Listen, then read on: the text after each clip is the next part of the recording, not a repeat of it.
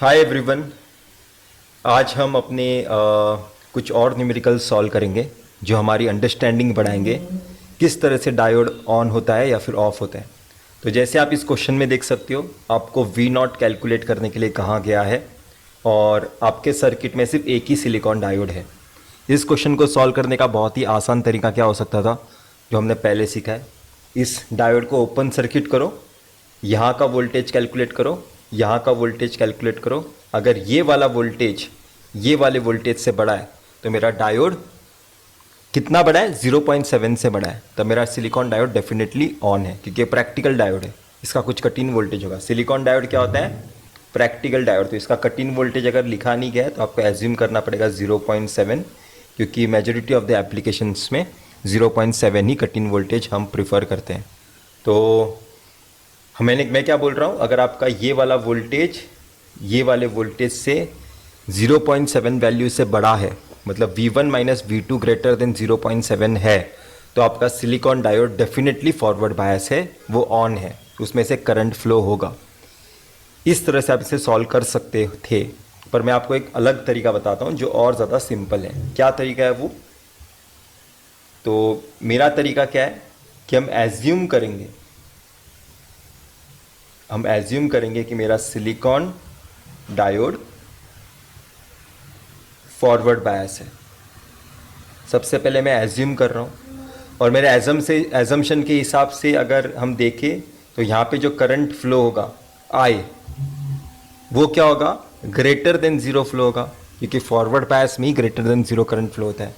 तो मैं एज्यूम कर रहा हूँ कि मेरा करंट ग्रेटर देन ज़ीरो है, बाद में मैं उसे रीचेक करूँगा। तो एजम्पशन के हिसाब से हम इस सर्किट को ड्रॉ करते हैं। एजम्पशन के हिसाब से इस सर्किट को कैसे ड्रॉ करेंगे, ये 10 मिली यहाँ पे और ये 1 किलो यहाँ पे, और सिलिकॉन डायोड प्रैक्टिकल डायोड है। अगर वो फॉरवर्ड बायस होता है तो हम उसे कैसे रिप्लेस करेंगे, उसे कट इन वोल्टेज से रिप्लेस करेंगे जो है 0.7 वैल्यू, और यहाँ पे है 1 किलो ओम रेजिस्टेंस, और ये है आपके V नॉट की वैल्यू।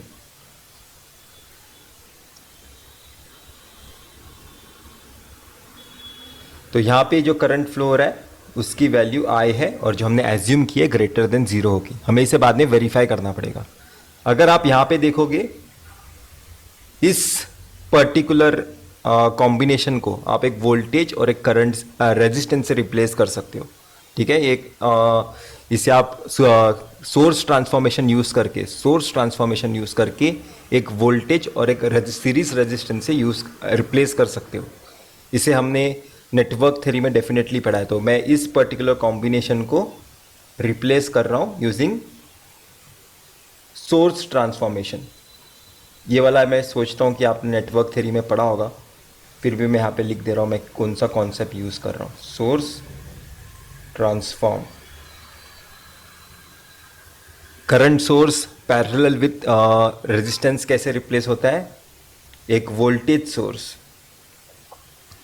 जिस डायरेक्शन में मेरा एरो है वहाँ से नेगेटिव टर्मिनल स्टार्ट होगा। ठीक है, और ऊपर के डायरेक्शन में पॉजिटिव टर्मिनल होगा। या सोर्स ट्रांसफॉर्मेशन में मैंने एक्सपेक्ट कर रहा हूँ कि आपने सीखा होगा, ये मैं आपको वापस सिखा नहीं सकता क्योंकि नेटवर्क थ्योरी का एप्लीकेशन है एनालॉग इलेक्ट्रॉनिक्स में। तो V इज इक्वल टू क्या होता है, I इंटू आर। तो 10 मिली इंटू 1 किलो कितना होगा, 10 वोल्टेज। ठीक है, तो हमने इस पर्टिकुलर कॉम्बिनेशन को रिप्लेस किया सोर्स ट्रांसफॉर्मेशन यूज़ करके। अब हम आगे का circuit as it is draw करते हैं। यहाँ से circuit as it is draw किया जाएगा, जो है ये वाला टर्मिनल। यहाँ पे है 0.7 और यहाँ पे है आपका V नॉट, और यहाँ पे है आपका 1 किलो ओम्स, और ये वाला करंट है I। तो चलो हम करंट I की वैल्यू कैलकुलेट कर सकते हैं इस पर्टिकुलर लूप में KVL लगा के। अगर मैं KVL लगाऊंगा इस लूप में तो कैसे आएगा, देखो कैसे मैं KVL कैसे लगाता हूँ मैं आपको बताता हूँ, अगर अभी तक आपको नहीं पता है। मैं ऐसे लूप में घूम रहा हूँ, तो ऐसे लूप में घूमते वक्त मैं लास्ट साइन देखूंगा वोल्टेज सोर्सेस का, कैसे होगा, +10। +10, और अगर मेरा करंट ऐसे फ्लो हो रहा है तो इसके अक्रॉस जो वोल्टेज ड्रॉप होगा वो ऐसे होगा, तो वो क्या आएगा, -1 किलो ओम्स इंटू आई। ठीक है, इस रेजिस्टेंस में से करंट कौन सा फ्लो हो रहा है, आई फ्लो हो रहा है, और करंट कैसा फ्लो हो रहा है, ऐसा फ्लो हो रहा है, मैंने एज्यूम किया है, तो मेरा लास्ट साइन क्या आ रहा है, माइनस ही आ रहा है।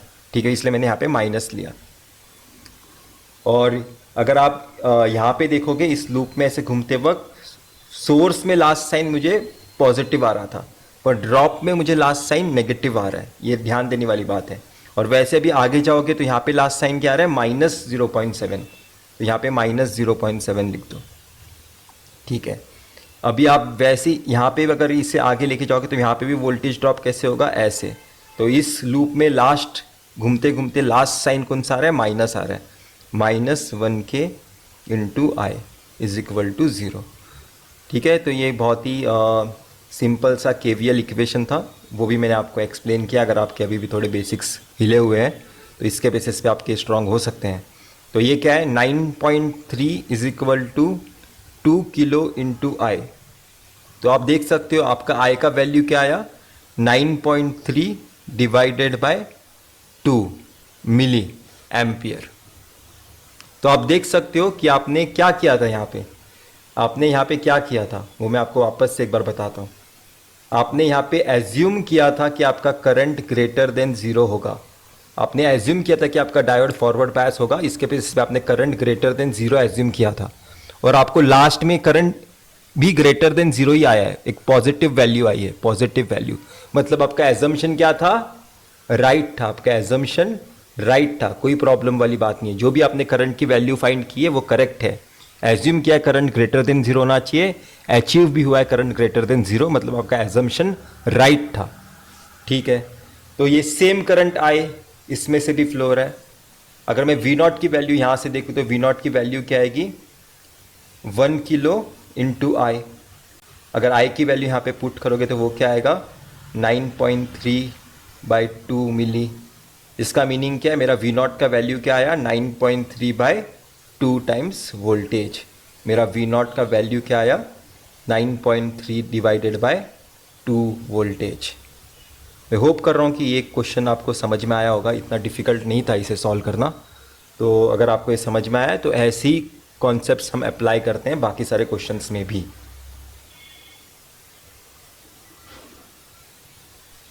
हमने अच्छी तरीके से इस क्वेश्चन को सॉल्व किया है। अभी हम अपने नेक्स्ट क्वेश्चन की तरफ जाते हैं। तो इस क्वेश्चन में भी आप देखोगे अभी क्या हुआ है, 2 प्रैक्टिकल डायोड्स हैं मेरे पास, अभी 2 प्रैक्टिकल डायोड्स हैं, और दोनों प्रैक्टिकल डायोड्स का कट इन वोल्टेज क्वेश्चन में दिया होगा। जैसे इसका कट इन वोल्टेज आपको दिया होगा 0.7, इसका कट इन वोल्टेज आपको दिया होगा, ये कट इन वोल्टेज है, ठीक है, और इसका कट इन वोल्टेज क्या होता है, जर्मेनियम का 0.3। एक पर्टिकुलर एप्लीकेशन के हिसाब से कट इन वोल्टेज डिसाइड होता है, क्वेश्चन में दिया गया होगा। इस पर्टिकुलर सर्किट को मैं इस कट इन वोल्टेज के साथ एक्सपेक्ट करता हूँ। तो अभी आपको क्या चेक करना है, आपके कौन कौन से डायोड ऑन है, आपका सिलिकॉन डायोड ऑन है क्या, आपका जर्मेनियम डायोड ऑन है क्या, ये आपको क्वेश्चन में पूछा गया है। मैं यहाँ पे आपको क्वेश्चन लिख के क्यों नहीं बता रहा हूँ, क्योंकि हम अपने बेसिक्स इंप्रूव कर रहे हैं इस क्वेश्चन के हेल्प से। क्वेश्चन में क्या पूछा गया है कि आपका सिलिकॉन डायोड और आपका जर्मेनियम डायोड ऑन है या फिर ऑफ है। तो इसे सॉल्व करने का सबसे बेस्ट तरीका क्या होगा, मैंने आपको अभी बताया था।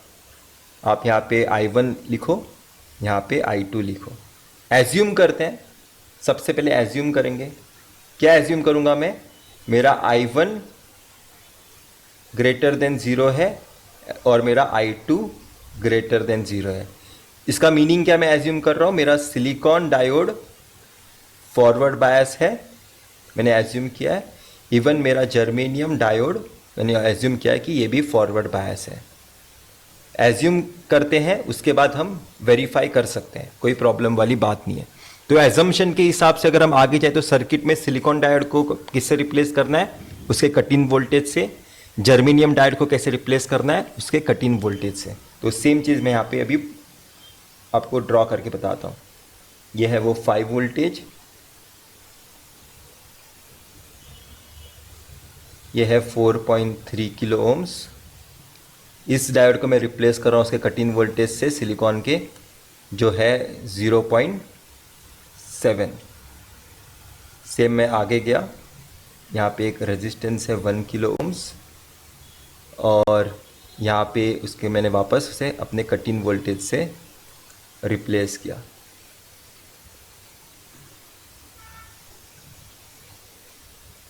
Zero point 3। तो देखो मैंने क्या बुलाया था, इस डायोड में करंट फ्लो होने वाला करंट कितना है, I1 है। इस डायोड में करंट फ्लो होने वाला करंट कितना है, I2 है। अभी मुझे सिंपल KCL लगाना है। कहाँ पे KCL लगाऊंगा मैं, इस पर्टिकुलर नोड पे KCL लगाऊंगा, इस पर्टिकुलर नोड पे KCL लगाऊंगा। और अगर KCL लगाना है तो एक नोड को ग्राउंड करना पड़ेगा, जो मैं इस नोड को ग्राउंड कर रहा हूँ। तो इस नोड पे अगर आप वोल्टेज कैलकुलेट करना होगा तो कितना होगा वो, ठीक है। इस नोड पे वोल्टेज कितना है, यही तो वोल्टेज है जो इस नोड पे आएगा। तो 0.7 वोल्टेज है इस नोड का वोल्टेज, 0.7। तो यहाँ पे मैं लिख देता हूँ 0.7 वोल्टेज है यहाँ पे का वोल्टेज। तो चलो हम KCL लगाते हैं।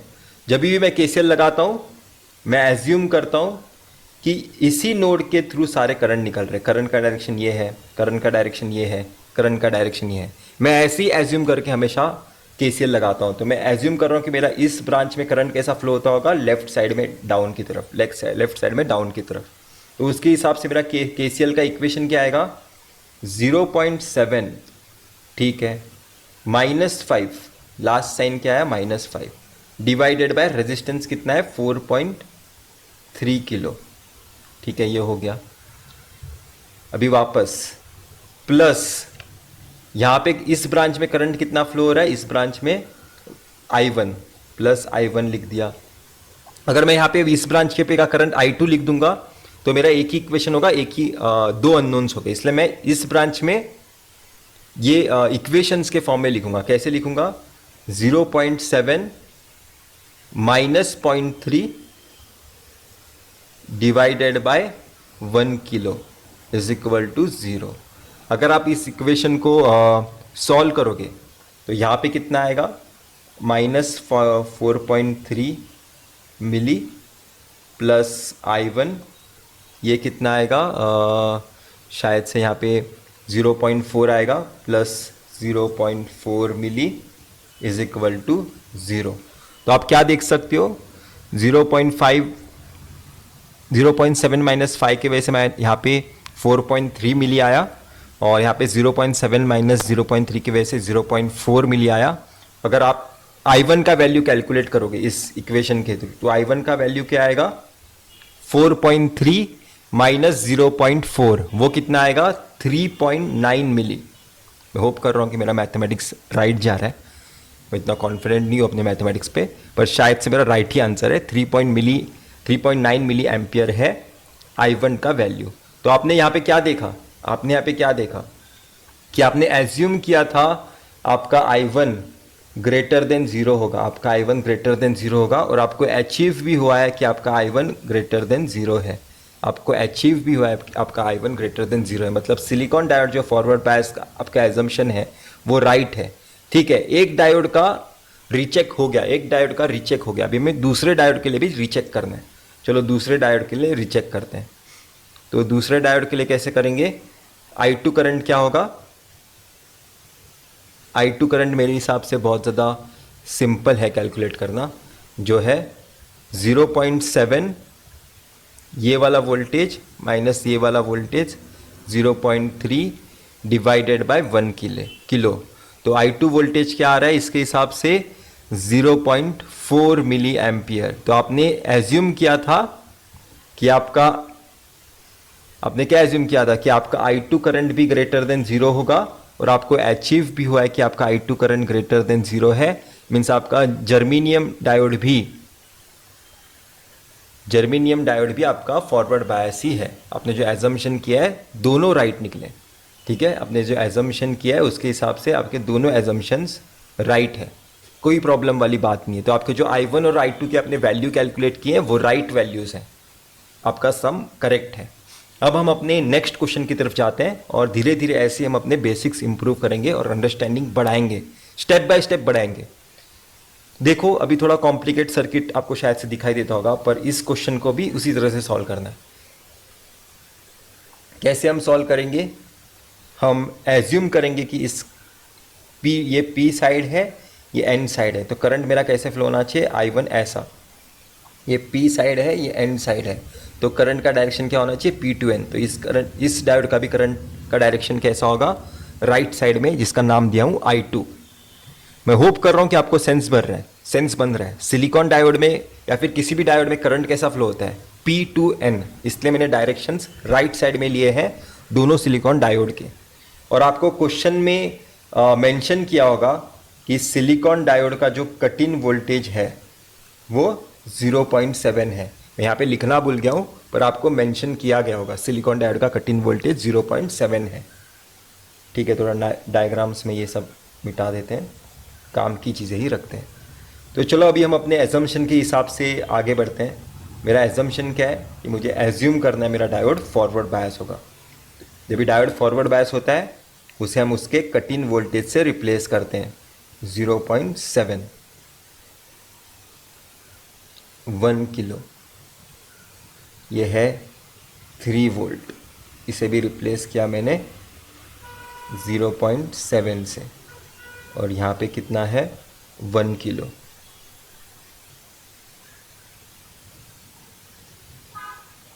और यहाँ पे एक रेजिस्टेंस है जिसका वैल्यू है 1 किलो, 1 2 3 4 5, और ये है V0। ये वाला करंट कितना है, I1 है, ये वाला करंट कितना है, I2 है। तो चलो अभी देखो, मैंने आपको बताया था कि आपको ऐसा जब भी सर्किट आएगा आपको KCL लगाना है। KCL कहाँ पे लगाना है, यहाँ पे, और इस KCL लगाने के लिए इस नोड पे वोल्टेज कितना है, V0।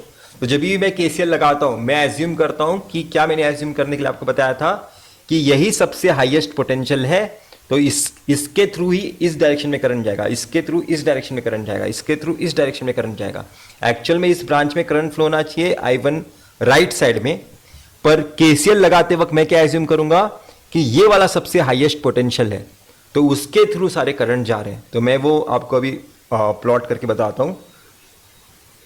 KCL एट V0, तो मैं V0 ये वाला करंट पहले लिख देता हूं, वो क्या होगा, V0 बाय 1K।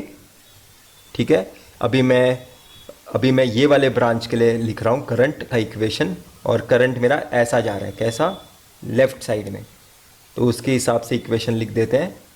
ये होगा V0 plus 0.7 minus 3 divided by 1 kilo. ठीक है, प्लस अभी मैं इस ब्रांच के लिए करंट का इक्वेशन लिख रहा हूँ। करंट का जा कैसे रहा है, लेफ्ट साइड में, तो वो मैं यहाँ पे अभी लिख रहा हूँ, V0 plus 0.7 minus 10 divided by 1 kilo is equal to 0। तो ये सारे डिनोमिनेटर्स में 1K 1K 1K है, तो इसे आप कैंसिल कर दोगे तो भी कोई प्रॉब्लम नहीं होगा। तो इसका मीनिंग क्या आया, 3 टाइम्स V0, ये वाला वैल्यू कितना है, -2.3, ये वाला कितना है, -9.3, तो इसका वैल्यू कितना आएगा, 9.3 प्लस 2.3, 9 प्लस 2 11, 11.6। V0 का वैल्यू कितना आया, 11.6 डिवाइडेड बाय 3। आपने कैलकुलेट किया है V0 का वैल्यू 11.6 डिवाइडेड बाय 3। तो अभी आपको चेक करना है, आपने एज्यूम किया था, आपने क्या एज्यूम किया था, वापस यहाँ पे एजम्पशन चाहिए तो लिख दो। आपने एज्यूम किया है कि आपका सिलिकॉन डायोड D1 और D2, आपने एज्यूम किया है D1 और D2 दोनों फॉरवर्ड बायस है, आपने एज्यूम किया है। तो इसके बेसिस पे जो आपका I1 और I2 आएगा वो भी ग्रेटर देन 0 होना चाहिए, तभी आपका एजम्पशन करेक्ट है। तो चलो अभी हम चेक करते हैं हमारा एजम्पशन करेक्ट है कि नहीं। तो अगर मैं I1 की वैल्यू देखूं, I1 कैसे आएगा, 10 माइनस 0.7, देखो 10 minus 0.7 minus 11.6 divided by 3 divided by 1 kilo. अगर आप इसको देखोगे एग्जैक्ट वैल्यू कैलकुलेट करके बताता हूँ। 11.6 डिवाइडेड बाय 3 प्लस 0.7, तो ये आएगा 5.43 मिली एम्पियर। ठीक है, एक बार इसे आप वापस से वेरीफाई कर सकते हो, क्योंकि पास वर्चुअल कैलकुलेटर तो नहीं है। ठीक है, इन शॉर्ट अगर देखेंगे तो मेरा I1 क्या आया है, मेरा I1 ग्रेटर देन 0 आया, मेरा I1 ग्रेटर देन 0 आया है। तो आपने यहाँ पे अचीव क्या किया, आपका I1 ग्रेटर देन 0 है, और एज्यूम भी किया था आपका I1 ग्रेटर देन 0 है, मतलब आपका diode D1 definitely forward bias है। ये आपका एजम्पशन D1 के लिए करेक्ट है, आपका D1 के लिए एजम्पशन करेक्ट है। अभी आपको I2 के लिए चेक करना है आपका एजम्पशन, अभी आपको I2 के लिए चेक करना है। तो यहाँ पे ये इरेज कर देता हूँ मैं।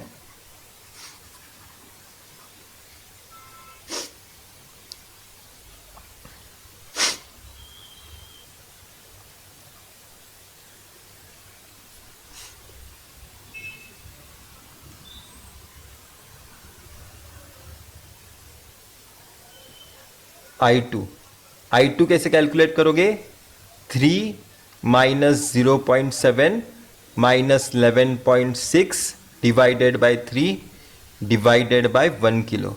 अगर आप इस वाले I2 की वैल्यू कैलकुलेट करोगे ना, आपको I2 की वैल्यू नेगेटिव आएगी, आपको I2 की वैल्यू नेगेटिव आएगी। मतलब आपने एज्यूम किया था कि आपका आपने एज्यूम किया था कि आपका I2 ग्रेटर देन 0 होना चाहिए, पर आपको I2 आ रहा है नेगेटिव। मतलब ये वाला आपका एजम्पशन रॉन्ग है, ये वाला एजम्पशन आपका रॉन्ग है। मतलब आपका D2 रिवर्स बायस है, आपका D2 रिवर्स बायस है, मतलब आपका सिर्फ D1 फॉरवर्ड बायस है। तो अगर आपको इस क्वेश्चन में V0 की वैल्यू फाइंड करने के लिए बोला जाता, तो आप क्या करते? अगर आपको सिर्फ पूछा गया कि D1 ऑन है या फिर D2 ऑन है, D1 D2 दोनों में से कौन कौन से ऑन है, तो आपको लिखना है सिर्फ मेरा डायोड D1 ऑन है, क्योंकि मेरा D2 मैंने वैल्यू कैलकुलेट की, उसमें से I2 करंट की मुझे नेगेटिव आई। मैंने एज्यूम किया था कि पॉजिटिव आना चाहिए, पर मुझे नेगेटिव आया है, मतलब मेरा डायोड D2 रिवर्स बायस है, मेरा डायोड D2 रिवर्स बायस है, मेरा D1 ही सिर्फ फॉरवर्ड बायस है। तो उसके हिसाब से अभी हम क्वेश्चन को हमें सॉल्व करना पड़ेगा। चलो अभी इस क्वेश्चन को सॉल्व करते हैं, पूरा स्लाइड इरेज कर रहा हूं, वापस से ड्रॉ करना होगा। तो हम इस क्वेश्चन को कैसे सॉल्व करेंगे, हमने क्या सीखा, मेरा D1 फॉरवर्ड बायस है और मेरा D2 रिवर्स बायस है। ये हमने फाइंड किया अपनी एनालिसिस करके, वो एनालिसिस मैं होप कर रहा हूं कि आपने लिखा होगा। अब आप D1 फॉरवर्ड बायस के हिसाब से सिर्फ अपना सर्किट बनाओगे। 0.7 1 किलो V0 1 किलो। क्या मुझे ये वाली ब्रांच बनाने की ज़रूरत है? क्या मुझे ये वाली ब्रांच बनाने की ज़रूरत है? नहीं, मेरा डायोड जब ये ऑफ हो जाएगा तो ये ओपन सर्किट बनेगा, मतलब इस ब्रांच से जीरो करंट फ्लो होने वाला है। तो ओपन सर्किट ब्रांच को मुझे बनाने की ज़रूरत नहीं, जिस ब्रांच में जीरो करंट फ्लो हो रहा है, इसलिए मैंने वो वाले ब्रांच को बनाया ही नहीं है। तो ये है आपका एक्चुअल सर्किट जो काम करेगा, क्योंकि D2 तो आपको ऑफ है, आपका सिर्फ D1 ऑन है, सिर्फ ये वाला डायोड आपका ऑन है, या आपका डायोड ऑफ हो गया है। तो इसके हिसाब से आपको V0 कैलकुलेट करना है। तो V0 कितना आएगा, V0 अगर आप कैलकुलेट करोगे, KVL लगाओ, सिंपल इस लूप में KVL लगा दो। 10 minus 0.7 minus 1K into I minus 1K into I is equal to 0। तो आपको I की वैल्यू क्या आई, 9.3 डिवाइडेड बाय 2 किलो। अगर आप V0 की वैल्यू अभी कैलकुलेट करोगे तो 9.3 divided by 2 kilo into 1 kilo, क्योंकि V0 क्या है, ये वाला करंट इंटू ये वाला रेजिस्टेंस, तो मैंने वही किया है, ये वाला करंट I इंटू ये वाला रेजिस्टेंस। तो आपको V0 की वैल्यू क्या आई, 9.3 divided by 2 times voltage, 9.3 divided by 2 times volt. इस तरह से आपको क्वेश्चन सॉल्व करना होता है। पहले एज्यूम करना होता है कि सारे डायोड फॉरवर्ड बायस है, उसके बाद आपको सोचना है रीचेक करके कि कौन कौन से फॉरवर्ड बायस एक्चुअल में है। जो रिवर्स बायस है उसे ओपन सर्किट करो और उसके बेसिस पे जो भी वैल्यू फाइंड करने के लिए बोला गया है वो फाइंड आउट करो।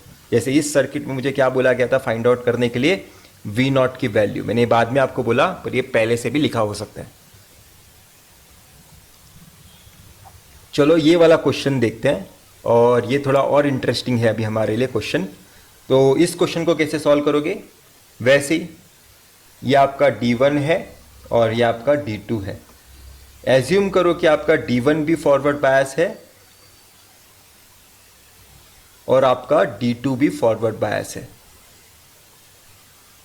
तो एजम्पशन के हिसाब से सबसे पहले अपना सर्किट बना दो।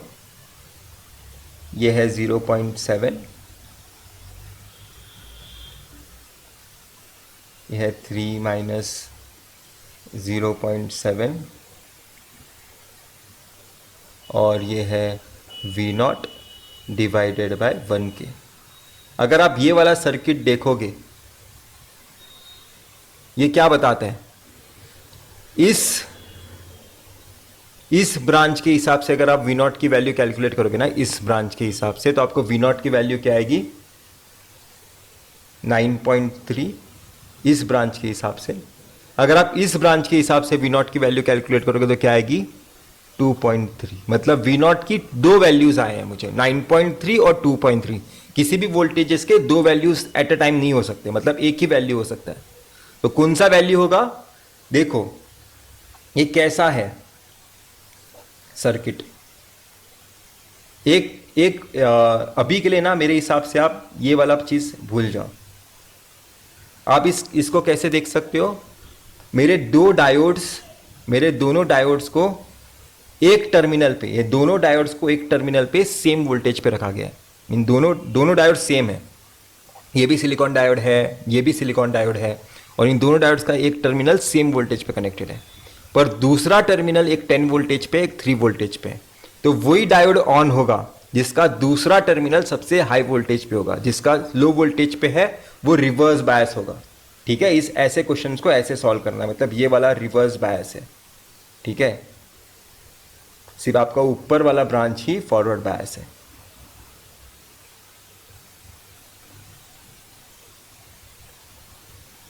अगर आपको V0 की वैल्यू फाइंड करने के लिए बोला गया है तो इस केस में कितना आएगा 9.3 वोल्ट। मैं होप कर रहा हूँ ये वाला क्वेश्चन सॉल्व तो फटाक से हो गया, पर इसमें थोड़ा सोचने की ज़रूरत थी, और मैं होप कर रहा हूँ कि आपको समझ में आएगा कि मैंने किस तरह से इसकी एनालिसिस की है। अब ये मेरे हिसाब से लास्ट क्वेश्चन है क्या, नहीं, हाँ लास्ट ही क्वेश्चन है। तो इस क्वेश्चन को मैं हमेशा अपने किसी भी लेक्चर में लास्ट क्वेश्चन थोड़ा टफ रखता हूँ, तो ये वैसा वाला क्वेश्चन है। इसकी वैल्यू आप 1 किलो समझ सकते हो, इस रेजिस्टेंस की वैल्यू 1 किलो समझ सकते हो। Find the value of R, इस रेजिस्टेंस की वैल्यू आपको फाइंड करनी है, इस रेजिस्टेंस की वैल्यू आपको फाइंड करनी है to flow 1 milli ampere current through ideal diode tag. ये डायोड्स, जिन डायोड्स के ऊपर सिलिकॉन या फिर जर्मेनियम नहीं लिखा होता वो सारे डायोड्स आइडियल होते हैं। तो ये इस टैग की बात करें, ये सारा जो भी डायोड्स हैं, इनफाइनाइट जो डायोड्स सीरीज में कनेक्ट किए गए हैं, वो सारे डायोड्स आइडियल डायोड टैग है, यहाँ पे मेंशन किया गया है। और उन डायोड्स में से कितना करंट फ्लो हो रहा है, 1 मिली एम्पियर का करंट फ्लो हो रहा है। तो यहाँ पे मैं लिख देता हूँ, इन डायोड्स में से 1 मिली एम्पियर का करंट फ्लो हो रहा है। Find the value of Vx, इस वोल्टेज Vx का वैल्यू फाइंड करना है, such that I2 is neutralise for practical silicon diode. इस सिलिकॉन डायोड में से I2 करंट जो फ्लो हो रहा है उसे न्यूट्रलाइज करना है। न्यूट्रलाइज करना है मतलब जीरो कराना है। मुझे ऐसे Vx की वैल्यू फाइंड करनी है कि मेरा इस डायोड में से जो करंट फ्लो होगा वो जीरो फ्लो होना चाहिए। इनडायरेक्टली वो क्या बता रहे हैं, मुझे ऐसा Vx का वैल्यू फाइंड करना है कि मेरा ये सिलिकॉन डायोड रिवर्स बायस हो जाए। इस क्वेश्चन में आपको ये पता होना चाहिए, अगर आप इस वोल्टेज को V1 कंसीडर करोगे, ये सिलिकॉन डायोड कब रिवर्स बायस होगा। कौन सा सिलिकॉन डायोड की बात कर रहा हूँ, इस सिलिकॉन डायोड की बात कर रहा हूँ। ये डायोड रिवर्स बायस कब होगा, इसका कुछ कट इन वोल्टेज होगा, यहाँ पे मेंशन किया गया है 0.7। इस डायोड का कट इन वोल्टेज कितना है 0.7। तो ये 0.7 वोल्टेज वाला डायोड कब रिवर्स बायस होगा? ये डायोड कब रिवर्स बायस होगा? मेरे हिसाब से आपको अभी इतना पता होगा कि जब मेरा V1 माइनस Vx जब लेस देन और इक्वल टू 0.7 होगा, तब मेरा डायोड से ये वाला सिलिकॉन डायोड रिवर्स बायस होगा और मेरा I2 करंट जीरो होगा। तो ये कंडीशन हमें लास्ट में यूज करनी है। अभी हमें क्या पता चला है कि हमें I2 करंट जीरो के हिसाब से चलना है, हमें I2 करंट जीरो के हिसाब से चलना है। तो मतलब अगर ये वाला ब्रांच जीरो करंट दे रहा है, मतलब मैं इस ब्रांच को क्या ओपन सर्किट कर सकता हूं? हाँ, इस ब्रांच को ओपन सर्किट कर सकता हूं। तो मुझे सिर्फ अपने इस सर्किट में कंसीडर करना है कि एक लॉन्ग सीरीज वाला ब्रांच है, ये एक सीरीज वाला सिर्फ एक ब्रांच एग्जिस्ट करता है, क्योंकि मुझे फाइंड क्या करना है अल्टीमेटली, कि इस ब्रांच को ओपन सर्किट करना है। इस ब्रांच को ओपन सर्किट करते हुए मुझे Vx की वैल्यू फाइंड करनी है। तो Vx की वैल्यू फाइंड करने के लिए अगर इसे ओपन सर्किट करना है तो इस ब्रांच ही सिर्फ एग्जिस्ट करता है, सिर्फ यही एक सिंगल ब्रांच एग्जिस्ट करता है। तो हमें क्या क्या करना होगा, वापस से इधर ये सब मिटा देता हूं थोड़ा, ठीक है। हमें क्या क्या करना होगा, इन सारे डायोड्स को उनके कट इन वोल्टेज से रिप्लेस करना होगा। इस सिलिकॉन डायोड को भी कट इन वोल्टेज 0.7 से रिप्लेस करना होगा, इस सिलिकॉन डायोड को भी 0.7 से रिप्लेस करना होगा। और अगर इन सारे डायोड्स में से 1 मिली एम्पियर फ्लो हो रहा है तो इन सारे डायोड्स को अगर आइडियल समझे तो इसे शॉर्ट सर्किट करना होगा। ये सारे डायोड्स क्या हो जाएंगे? शॉर्ट सर्किट, क्योंकि आइडियल डायोड टैग है, ठीक है। और एक आपको क्या पता होना चाहिए, अगर इस ब्रांच से 1 मिली फ्लो हो रहा है और ये ओपन सर्किट है तो इस ब्रांच से भी कितना होगा? 1 मिली एम्पियर ही करंट फ्लो होगा। तो मैंने ये सिंप्लीफाइड डायग्राम अपने नेक्स्ट स्लाइड में बनाया हुआ है, ठीक है। मैंने सिंप्लीफाइड डायग्राम अपने नेक्स्ट स्लाइड में बनाया हुआ है। इस ब्रांच में से कितना करंट फ्लो हो रहा है? 1 मिली। सेम इस ब्रांच में से भी 1 मिली। सारे डायोड्स को मैंने शॉर्ट सर्किट कर दिया, इन दोनों डायोड्स को उनके कट इन वोल्टेज से रिप्लेस कर दिया। तो अभी मेरे हिसाब से एनालिसिस बहुत ज़्यादा सिंपल है। ऐसे केवीएल इक्वेशन लगाओ, तो केवीएल लगाओगे तो क्या आएगा? 10 minus 1 kilo into 1 milli minus 0.7 minus 0.7 minus 1 milli into R is equal to 0। तो अगर आप आर की वैल्यू कैलकुलेट करोगे तो क्या आएगा? 10 माइनस 1.4 डिवाइडेड बाय, नहीं डिवाइडेड बाय ऐसा नहीं है एक्चुअल में, 10 माइनस 1.4 और यहां पे क्या है? 1 kilo plus R into 1 milli. तो आप यहां पे क्या देख सकते हो? 1 kilo plus R is equal to, ये 8.6 है, 8.6 किलो। तो आपका आर का वैल्यू क्या आया? 7.6 किलो ओम्स। तो आपने अपने क्वेश्चन में से पहला वाला पार्ट तो डेफिनेटली फाइंड कर दिया, find the value of R. आपको आर की वैल्यू क्या आई? 7.6 किलो। अभी आपको सेकेंड पार्ट सॉल्व करना है, find the value of Vx। आपको सेकेंड वाला पार्ट सॉल्व करना है, find the value of Vx। पर Vx की वैल्यू फाइंड करने के लिए सबसे पहले आपको किसकी वैल्यू फाइंड करना होगा? V1 की वैल्यू, ये वाला वोल्टेज की वैल्यू V1 की वैल्यू फाइंड करनी होगी। तो मैं यहां पे वो V1 की वैल्यू फाइंड करता हूं, ये है वो V1। तो V1 क्या होगा? V1 क्या होगा? ये वाला करंट इंटू ये वाला रेजिस्टेंस, 1 मिली इंटू आर जो है 1 मिली इंटू 7.6 किलो। तो मेरा V1 का वैल्यू क्या आया? 7.6 वोल्ट, 7.6 वोल्ट। तो अभी मुझे यहां पे वो कंडीशन लिखनी है सिंपल सी, ये वाली, V1 minus Vx should be less then 0.7।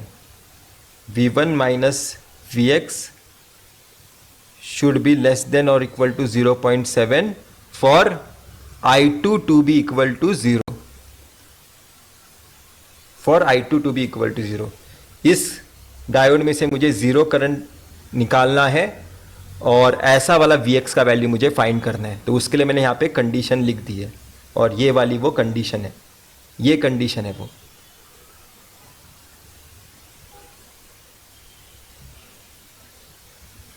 मैंने कंडीशन लिख दिया। तो V1 का वैल्यू यहाँ पे पुट करो 7.6,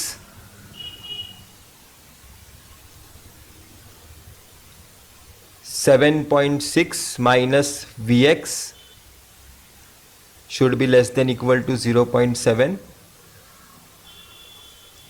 तो इसके हिसाब से मेरा Vx का वैल्यू क्या आएगा,